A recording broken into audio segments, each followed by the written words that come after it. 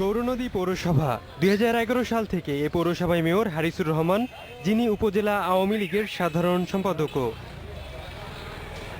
তার বিরুদ্ধে একগাদা অনিয়ম আর দুর্নীতির অভিযোগ করেছেন পৌর আওয়ামী লীগের সভাপতি মনির মিয়া। আগামী ৩০ ডিসেম্বরের পৌর নির্বাচনে আওয়ামী লীগের হয়ে মনোনয়ন প্রত্যাশী তিনি। এই দুজনকে ঘিরে স্থানীয় আওয়ামী লীগ স্পষ্ট দুই ভাগে বিভক্ত।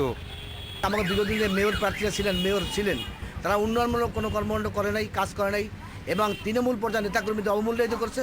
সেই জন্য তারা আজকে ঐক্যবদ্ধ হয়ে সবাই চায় পরিবর্তনের স্বার্থে আমি আশা করি যে আমি নমিনেশন পাবো। ততটা হয়তো বর্তমান মেয়র পূরণ করতে পারে নাই, কিন্তু তৃণমূলের যে কর্মীরা পরিবর্তন চায় আমার সেটা মনে হয় না।